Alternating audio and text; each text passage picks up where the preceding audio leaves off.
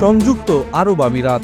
Dubai, শারজার মতো বিশ্বের সর্বাধিক বিলাসবহুল শহরে পরিপূর্ণ দেশটিতে ভ্রমণের বা বসবাসের স্বপ্ন বহু মানুষের।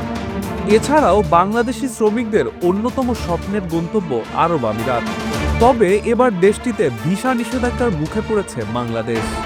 নিরাপত্তা উদ্বেগ, ভূরাজনৈতিক সম্পর্ক এবং কোভিড-19-এর মতো ইস্যু নিয়ে এসেছে এই নিষেধাজ্ঞা।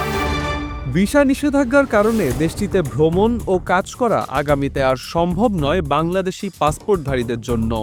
সেই সাথে ব্যবসায়িক উদ্দেশ্যে প্রবেশ অর্থাৎ বিজনেস ভিসাতেও দেয়া হয়েছে নিষেধাজ্ঞা।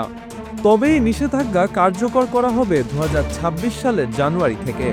নিষেধাজ্ঞাটিকে অস্থায়ী বলা হলেও কতদিন পর্যন্ত এই আদেশ কার্যকর থাকবে সে সম্পর্কে কোনো তথ্য প্রকাশ করেনি দেশটি। তবে আগামী জানুয়ারি পর্যন্ত সংযুক্ত আরব আমিরাতের পর্যটন ও কর্মক্ষেত্রের ভিসার জন্য আবেদন করা সম্ভব।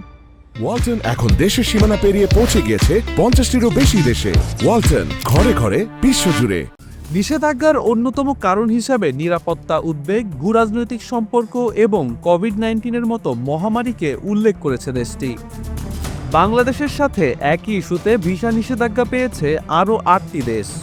দেশটির অভিবাসন বিজ্ঞপ্তি অনুযায়ী নিষেধাজ্ঞার আওতায় থাকা দেশগুলো হল Afghanistan, Libya, Yemen, Somalia, Lebanon, Bangladesh, Cameroon, Sudan ও উগান্ডা।